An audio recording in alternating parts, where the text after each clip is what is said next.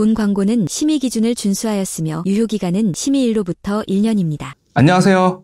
제가복지센터 운영하는 보험설계사 노후보장연구소 한소장입니다. 새 정부 출범 이후 실손보험 관련 뉴스 기사가 쏟아지고 있습니다. 올 4월 새 정부 출범 이전 실손보험 개혁안이 발표됐습니다. 2025년 말 신규 실손보험, 즉 5세대 실손 출시를 앞두고 있는 상황에서 새 정부에서 추진하는 실손 선택형 특약 상품까지 출시된다고 해서 소비자들의 혼란이 가중되고 있습니다. 새 정부에서 추진하는 실속 선택형 특약 상품은 구체적 내용과 자료가 나오면 다시 한번 정리해 드리겠습니다. 오늘은 4월 발표된 실손보험 개혁안 내용을 살펴보고 지금까지 판매된 실손보험의 장단점과 1, 2세대 가입자분들이 어떤 선택을 하시는 것이 유리하실지 도움을 드릴 수 있는 내용을 준비해 봤습니다.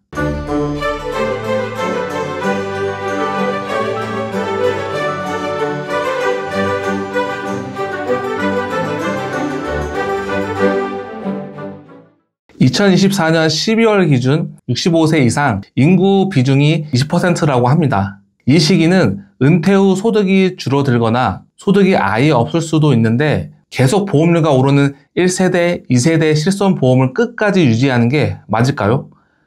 올해 말 후회하지 않으시려면 이 영상을 꼭 끝까지 보셔야 합니다. 올해 발표된 실손보험 개혁안에 의하면 실손보험은 2025년 말 출시를 목표로 한다고 합니다. 일명 5세대 실손보험이라고 하는데요. 2025년 말이면 딱 5개월 남았습니다.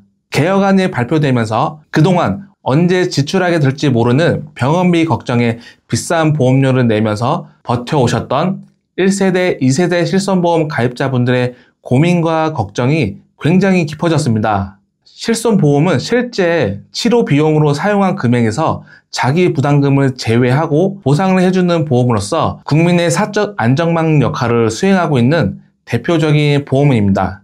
그러나 실손보험의 적은 자기 부담금 등으로 인해 과잉의료가 유발되어 건강보험의 지속 가능성을 저해하고 실손보험료가 지속적으로 급증하는 문제로 가입자분들이 피해를 보는 구조적인 문제가 제기되었습니다. 이렇게 비급여 진료비 보상으로 손해율이 급증하다 보니 보험사가 보험금 지급 심사를 강화하고 있기 때문에 1, 2세대 보험의 장점이 무색하게 실손의료보험금 미지급 관련 소비자 피해도 지속적으로 증가되고 있습니다.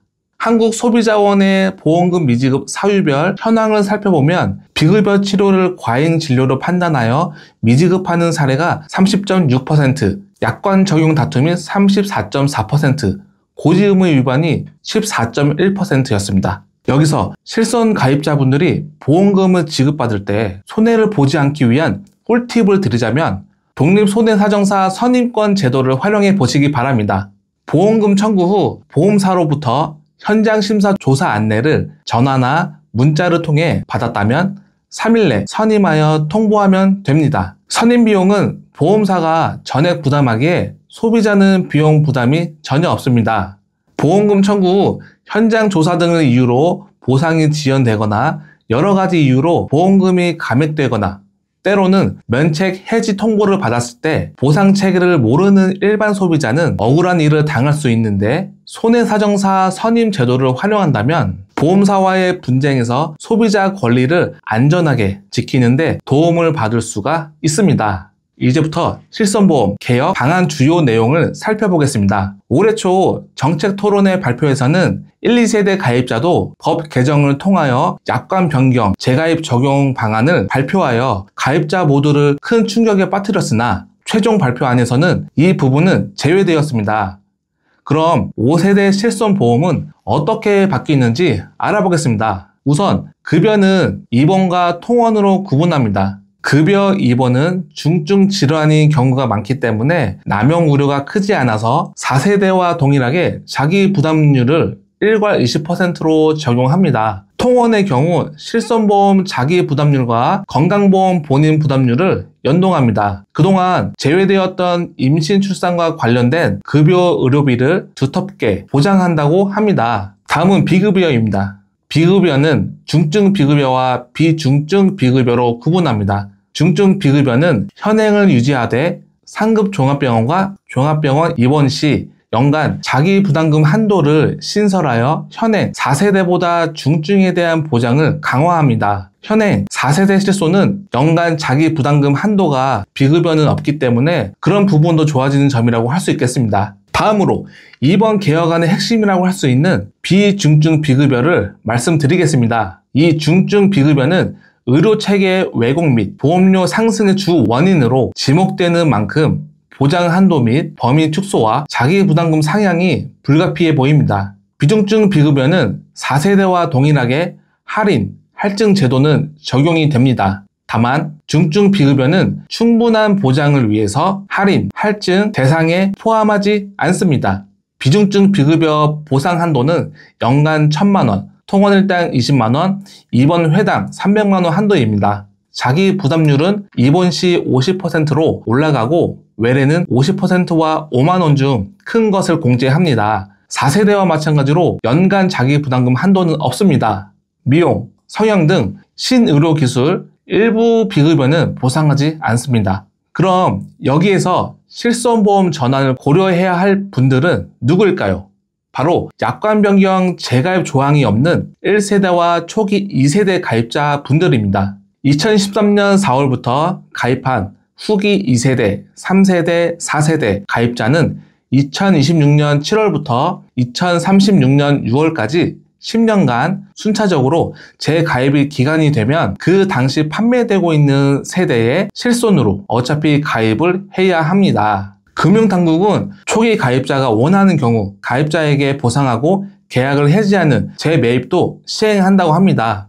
이 과정에서 소비자를 위한 설명 강화, 숙려 기간 부여, 철회권, 취소권 보장 등 다양한 방향을 검토하고 있으며 계약 재매입 후 가입자가 원하는 경우 신규 실손보험으로 무심사 전환을 허용할 계획이라고 합니다. 계약 재매입의 구체적 실행 방안은 보험업계와 추가 논의를 올해 하반기 중 발표한다고 합니다. 그동안 많은 분들이 실손 전환으로 고민은 했지만 막연한 불안감으로 선뜻 선택을 못한 측면도 있었다고 봅니다. 하지만 이 제도는 선택을 해야 할 시기입니다. 그렇기 때문에 제대로 고민하고 결정을 하려면 내가 갖고 있는 1세대, 2세대 실손보험의 특징과 장단점을 정확하게 파악해야 실익을 따질 수 있을 것 같아서 간단하게 실손보험 세대별 특징을 설명드리겠습니다. 2009년 7월까지는 표준화 이전 1세대 실비로 자기 부담금이 없습니다. 100% 실비라고도 합니다. 1세대 실손의 특징이라면 상해의 경우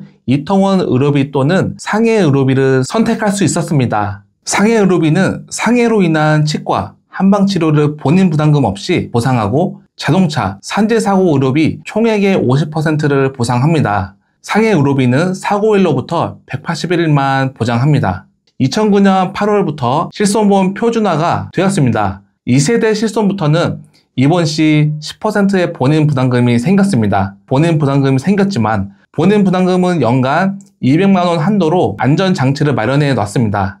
연간 합산의 의료비의 본인 부담금이 200만원이 넘는다면 그 부분은 보험사가 부담합니다. 2013년 4월부터는 후기 2세대 실손이라고 불립니다. 중요한 개정이 있었기 때문인데요. 이때 15년 재가입 조건이 생겼습니다. 후기 2세대 가입자는 15년 뒤인 2028년 4월부터는 당시 판매하고 있는 세대 실손으로 재가입을 하게 됩니다. 2017년 4월부터 2021년 6월까지는 착한 실비라고 불리는 3세대 실손입니다. 3세대부터는 급여는 10%, 비급여는 20%의 본인 부담금이 생겨서 비급여 3종을 따로 분리했습니다. 2021년 7월부터는 4세대 실손으로 급여 20%, 비급여 30% 본인 부담금이 생겼습니다. 비급여 3종은 3만원과 30% 중 큰 금액을 공제 후 보상하고 재가입 주기가 15년에서 5년으로 변경되었습니다. 4세대 실손을 가입하신 분들은 2026년 7월부터는 5세대 실손으로 재가입하게 됩니다. 4세대 실손의 가장 큰 특징이라면 보험료 차등제라고 할 수 있습니다. 비급여 지급 보험금에 따라 차등으로 보험료가 할증이 됩니다. 4세대 실손으로 전환 시 여러 가지 장단점이 있겠지만 한 가지는 깊게 고민하셔야 할 문제가 있습니다. 바로 비급여 본인 부담금 상한선이 없다는 것입니다. 예를 들어서 암 다빈치 로봇 수술 시 2천만 원이 전액 비급여라면 4세대는 본인 부담금이 30%인 600만 원 전부 본인이 부담을 해야 됩니다. 만약 3세대처럼 200만 원 본인 부담금 상한이 있었다면 200만 원만 부담하면 되지만 4세대의 비급여는 상한이 없기 때문에 모두 부담을 해야 하는 단점이 있습니다. 이제 내가 갖고 있는 실손보험의 특징과 장단점을 파악하였으니 만약 현재 시점에 판매되는 4세대 실손으로 전환했을 경우 4세대 실손보험료 예시도 보여드리겠습니다.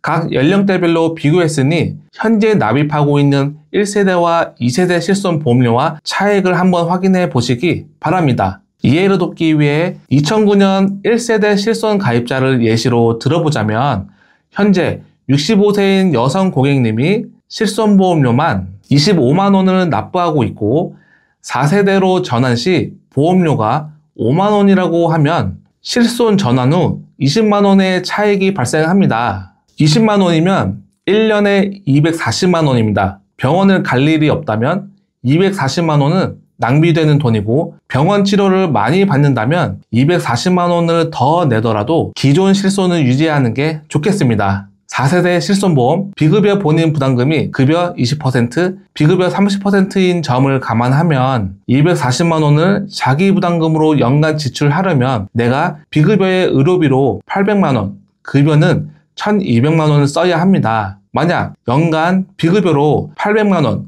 급여로 1200만 원 이상 의료비로 지출하고 있지 않다면 전환을 해서 차액 금액으로 노후에 꼭 필요한 재가보험, 상해보장, 수술비, 간병비, 연금, 저축 등을 보완하시는 것이 유리하실 수 있습니다. 또 한 가지 생각하셔야 되는 점은 시간이 지나면 지날수록 내가 가지고 있는 1세대, 2세대 보험료는 더 올라간다는 겁니다. 그렇게 되면 연간 240만 원보다도 큰 보험료 차익이 충분히 발생할 수 있다는 것입니다. 그렇다면 1세대, 2세대 실손을 유지하는 것도 걱정, 전환을 하는 것도 걱정이 되시는 분들이 많으실 텐데요. 추후 조금이라도 후회를 덜하기 위해 우리는 어떤 준비를 해야 할까요? 첫 번째로 내가 갖고 있는 내 실손보험의 상태를 잘 점검하시고 앞으로 전환해야 할 실손보험의 특징을 잘 파악하셔야 합니다. 두 번째로 실손보험을 전환할 경우 추가로 보완해야 할 보험이 있는지 체크해야 합니다. 실손보험을 전환했다는 것은 본인 부담이 늘어났다는 뜻이고 그동안 보장받던 부분을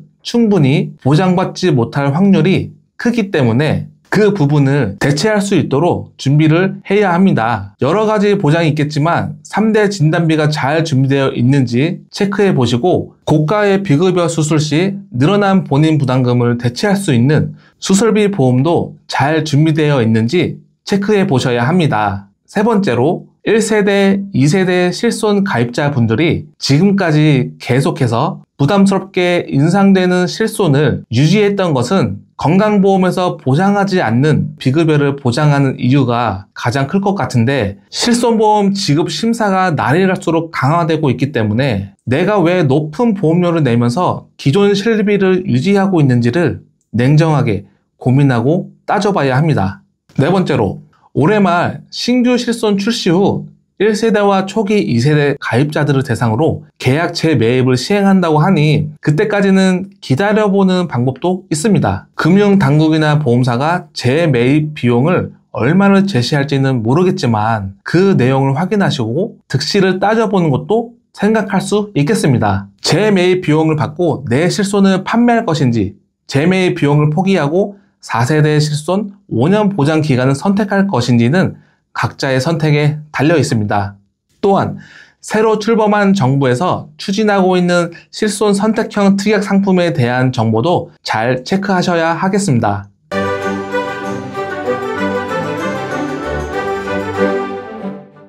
오늘 영상 내용을 바탕으로 내가 납부하는 실손 보험료를 4세대, 5세대 실손으로 전환을 하고 차액으로 노후에 꼭 필요한 3대 진단비와 수술비, 재가보험, 상해보험, 간병비 보험을 든든하게 보완하실지 아니면 의료비 통장을 만들어 따로 모아서 대비하실지 판단을 해보시기 바랍니다. 저는 30개의 보험사를 비교하고 고객님의 연령과 가족력, 건강 상태 등을 종합적으로 고려하여 최선의 플랜을 추천드리고 있습니다. 실손에 대한 고민이 깊으신 분들께서 점검이 필요하시면 언제든지 상담 문의 주세요. 노후보장연구소 한 소장이 꼼꼼한 상담 도와드리겠습니다. 긴 영상 시청해 주셔서 감사드리고 구독과 좋아요도 눌러주세요. 다음엔 더욱더 좋은 영상으로 찾아뵙겠습니다. 감사합니다. 본 광고는 심의 기준을 준수하였으며 유효기간은 심의일로부터 1년입니다.